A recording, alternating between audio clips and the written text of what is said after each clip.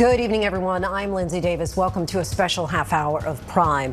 Tonight, our in-depth interview with Mahmoud Khalil, the 30-year-old graduate student and pro-Palestinian activist at Columbia University here in New York, taken from his apartment building back on March 8th by U.S. Immigration and Customs Enforcement agents, then held for more than 100 days at a detention center in Louisiana. Khalil, a permanent resident in the U.S., was never accused of a crime, and this past Friday, he was released on bail. While Khalil was detained back in New York, Khalil's wife gave birth to their first child, a son. This weekend, Khalil reunited with his wife and got to meet baby Dean for the first time as a free man. This is like my first hour in the apartment after my release. The fact that I was away from it for over 100 days, it's insane. Mahmoud Khalil does not take this moment of being back home for granted. For 104 days, the regular routine of daily life eluded the Columbia University graduate and Palestinian activist. 104 days in detention in Jena, Louisiana. Describe for us the moment you get off the plane, you're at the airport, you see your wife and son. I think that moment is indescribable. It's basically a combination of full of joy, but also, is this really happening? Am I really in New York? Am I dreaming? To me, to have that moment with my wife and my son, basically the first time in private, to see them without the need to worry that someone may come and interrupt us and take me away from them. Renewed meaning for the people and things he holds dear. So Mahmoud and Noor. This poster is also special to me, and basically it says, home is where you find love and find freedom or liberty. His freedom remains precariously on the line.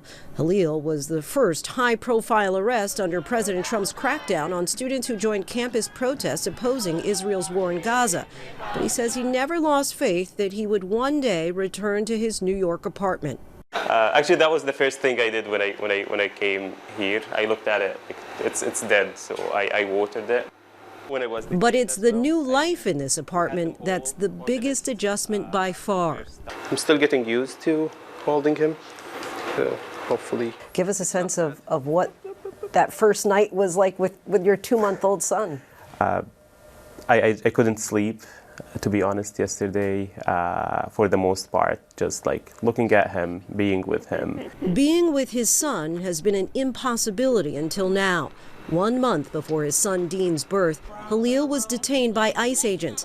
His then pregnant and distraught wife captured his arrest on video. I understand, he's not resisting. There's no need for this. Don't worry about it. You're going to have to come with us. Don't worry. I'm coming with you. Don't worry. No one's resisting. No one's doing work out. March 8th you don't need to be doing all of that.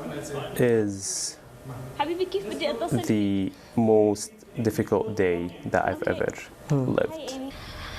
I went through the Syrian war Let me ask. under bombs. I was shot by Israel, Can we but that did not, that day did not compare to these other The lawyer's events. asking for your name.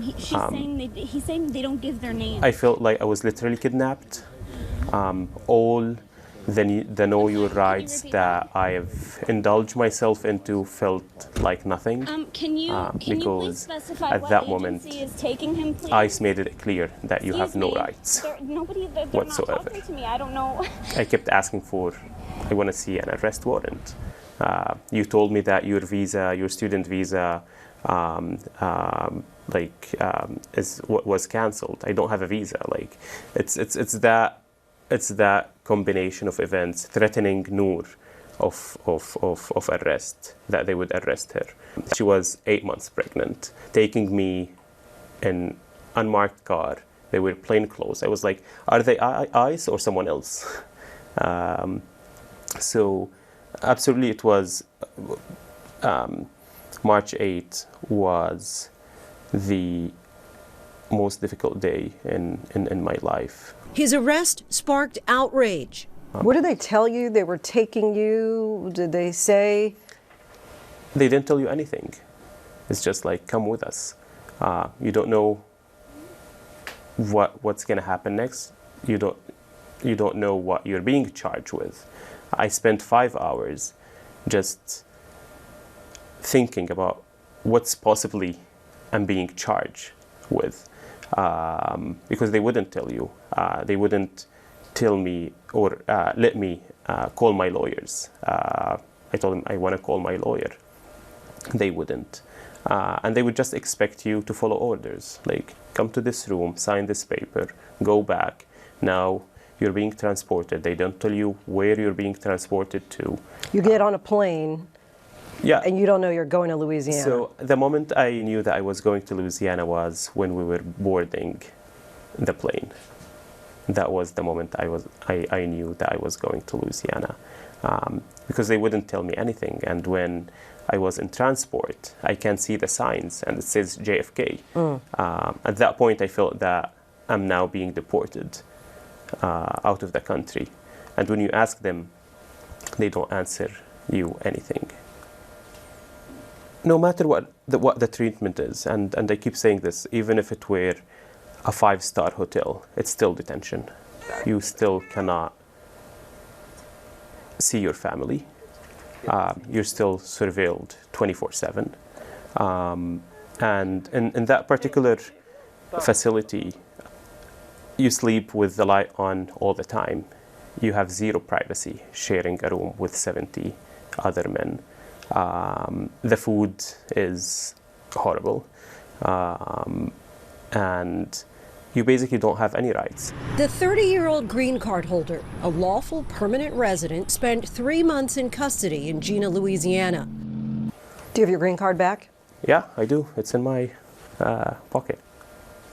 The Trump administration has said that you made omissions on your green card and misrepresented yourself. Is there any truth to that? Absolutely not. They added these allegations a week after my arrest because they knew that their first allegation is also wrong. They wanted another chance to come after me because the first day of my arrest, all these lies spread about me online, like being a terrorist, being someone who's distributing Hamas flyers on campus. But then a week later, none of that is true. So they wanted something else to come after me, and there's absolutely no truth to any of these allegations. The Trump administration argues his continued presence in the United States poses a threat to foreign policy and that he participated in protests that fostered a hostile environment for Jewish students.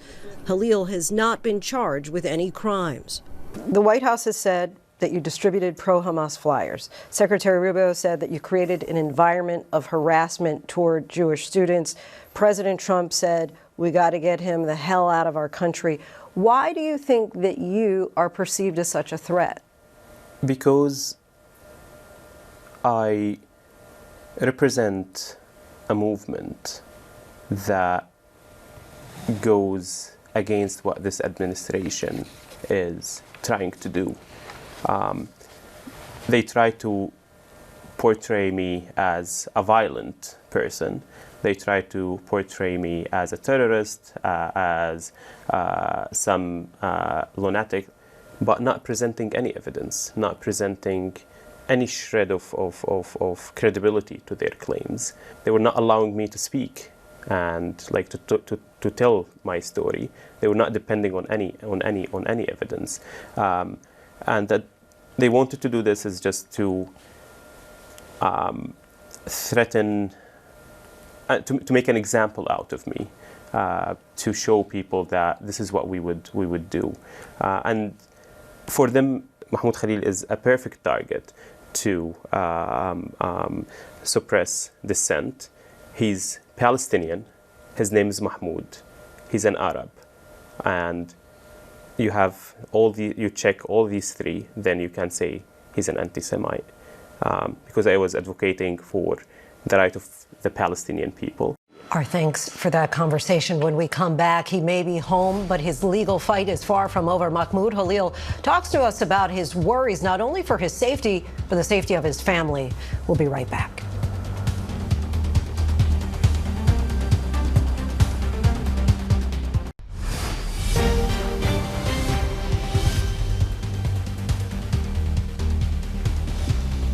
And now more of my in-depth conversation with Columbia grad student and pro-Palestinian activist Mahmoud Khalil. Noura and I collect from our travel. It's from Damascus, India, and of course New York, Istanbul, all of that. But I mean, the closest to my heart is this one. I got this one when I left Syria. It basically says in Arabic, I will stay a traveler until I go back to my home country, Palestine. I was born and raised in a very small refugee camp in southern Damascus. At the beginning of the Syrian revolution, I stayed in Syria for a year and a half. Then I had to flee to Lebanon. So I was already a refugee in Syria, then I became a refugee in Lebanon. So I applied for Columbia the first time actually in 2020, but I couldn't come because of COVID. So I deferred it until 2022 to come here. This is a movement, an anti-war movement. Khalil became a mainstay of the pro-Palestinian protest movement on Columbia's campus after October 7th, negotiating between the protesters and faculty. We did not ask that Palestinians should receive special treatment. We literally said we only want justice and equality, and they failed to do that. In a statement to ABC News, Columbia University said in part, Columbia deeply values the principles of freedom of speech, robust debate, and peaceful protest. This war, as you know, between Israel and Hamas has been raging now for more than 20 months. We've reported extensively on the deaths on both sides. According to the Gaza Health Ministry, as of today, 55,959 Palestinians, many of them women and children, as you know. Where do you see this war ending? Israel wants to end the Palestinian existence by this war. They will not stop in Gaza. They've already, as you've mentioned, killed over 55,000 Palestinians. On this rate, the war is not going to end until Israel achieves its objective of ethnically cleansing all Palestinians, unless the U.S. stops its funding of Israel war crimes, supplying Israel with everything, whether weapons or diplomatic immunity and support in the international fora. Israel has repeatedly denied allegations of genocide. In a statement to ABC News about Khalil's case, Israel criticized him and said the U.S. has every right to act. Israel trusts America to uphold its laws. As you know, there's been an uptick in anti-Semitic incidents in recent months. We talk about the Israeli embassy staffers who were murdered, the firebombing at a pro-Israeli rally, Governor Josh Shapiro of Pennsylvania, whose home was set on fire. And in response to that, he said, it is never okay to use violence to express yourself. Would you agree? Definitely. Violence is not okay. What's happening is a direct result of the U.S. unconditional support to Israel. People want to be heard, and unfortunately they are refusing to violence to do that, which is not okay. But these are desperate attempts to be heard.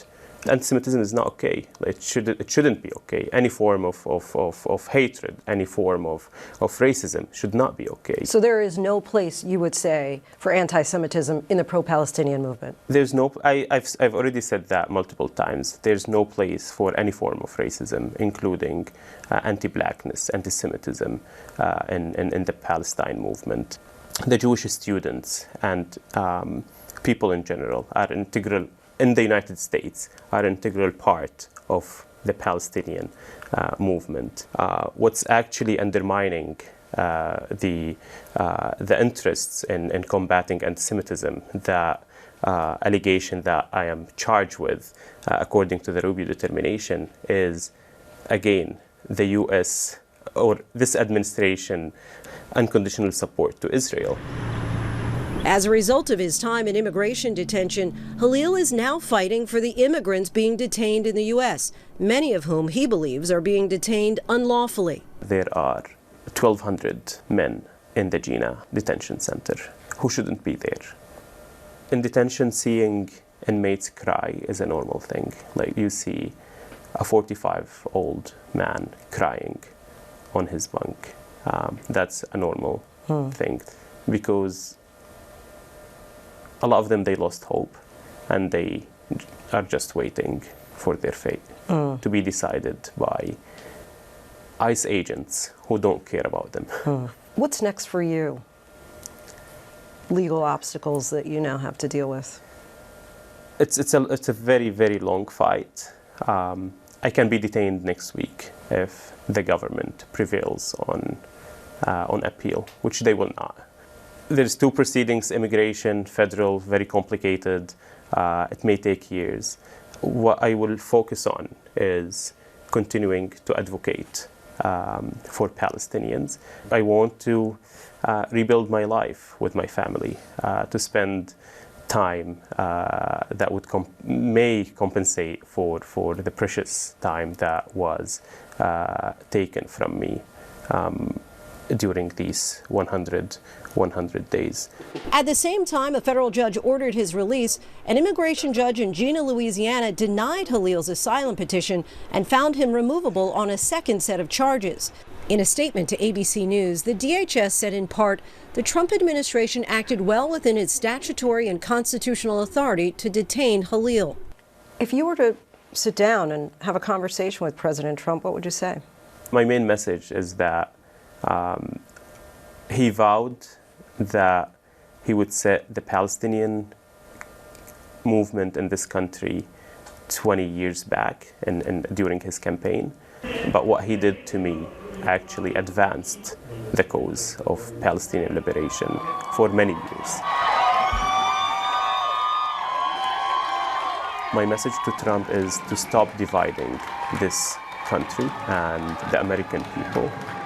The threat of detention will not deter you? Not any threat would deter me, because no one should stay silent when people are getting killed. The fact that I am out, it's not justice. Justice is when everyone who has contributed to my arrest is held to account. This is when justice would be served. Nothing in this world would compensate me missing the birth of my son, no matter how much money they give me. And I will start that as of next week. I will seek accountability for everyone who wronged me in any way, who contributed to my illegal arrest in this country. What will that look like? That's a lawsuit against the federal government? Could be. I'm exploring all my options now, whether the federal government, the groups aligned with the Israeli government who led that campaign, doxing campaign against me, the individuals and professors at Columbia University that the university is still protecting. I want also to seek accountability from them. How concerned are you for your safety? I'm very concerned. I would lie if I tell you I'm not. I mean, now I go from one point to another by car, coordinating that with so many different people, because I'm worried that the same way this administration tried to make an example out of me by detaining me, they would do that by harming me physically. or harming my family. What's been the hardest part of all of this? Absolutely missing Dean's birthday. Khalil's wife, Dr. Noor Abdallah, an American citizen, gave birth to their son in April. ICE denied Khalil's request to be at his wife's side during the delivery. What did that mean that you were denied that? I mean, that's the most cruel thing that any administration would do. Clearly, I was not danger to the community, that they could have afforded me that opportunity to be with my son. But it's not only about me. It's about the thousands of people who cannot be with their children. Yeah, but these are my first words to you. Khalil penned a letter to his son Dean while in detention. Babies are born every day without their fathers, not because their fathers choose to leave, but because they are taken by war, by bombs. A letter celebrities read out loud in a video posted on Father's Day. He didn't have a chance to see the video until now. I hope one day you will stand tall, knowing your father was not absent out of apathy, but out of conviction. And I will spend my life making up for the moments we lost, starting with this one, writing to you with all the love in my heart. It's powerful. I mean, the first moment I sort of drafted some of parts of this letter was the morning of Dean's birthday. At that moment,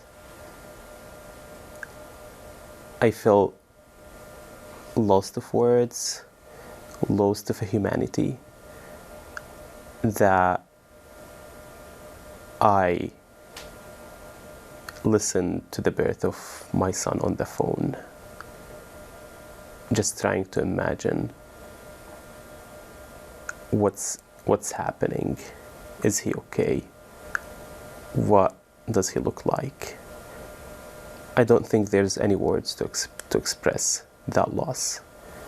This administration, it thrives on dehumanization, thrives on stripping people of their rights. And this is what they try to do with me. But they will never succeed. And I will keep fighting until Palestine is free, until injustices end. I cannot imagine myself remaining silent while injustices are happening around the world. Mahmoud, I thank you so much for your time. Well, thank you really so much. Appreciate it. Thank you. Thank you for having me. That is our show for this hour. I'm Linsey Davis. Be sure to stay tuned to ABC News Live for more context and analysis of the day's top stories. Thanks so much for streaming with us.